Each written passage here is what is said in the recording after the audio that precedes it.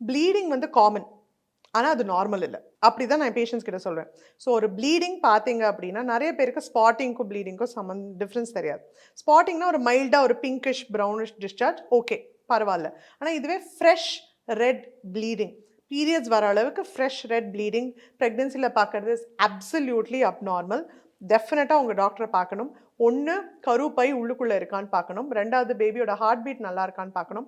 3வது கருப்பைக்கு பக்கத்துல ஏதான ப்ளீடிங் கலெக்ட் ஆயிருக்கான்னு பார்க்கணும். ஏன்னா இது ரொம்ப ரொம்ப அவசியம். ப்ளீடிங் காமனா நடக்கலாம். ஏன்னா அஃப்கோர்ஸ் நம்மளுக்கு மாசம் மாசம் மாதவிடா வர இடத்துல தானே குழந்தை போய் உட்காருது. அங்க என்ன இருக்கு? பிளட் கிளாட் தானே இருக்கு. ஸோ குழந்தை போய் அங்க உட்காரும்போது ரத்த கசிவு நடக்கலாம். Very common. ஆனா மினிமலா இருந்தா பிரச்சனை இல்ல. இதுவே அந்த கருப்பை சாக் ஓட அதிக சைஸ் ஒரு 30 இல்ல 40% அந்த பிளட் கிளாட் சைஸ் அதிகமா இருக்கு அப்படின்னா ரொம்ப கேர்ஃபுல்லா இருக்கணும். நம்மளுக்கு குறை மாசம் டெலிவரி ஆகாம இருக்க.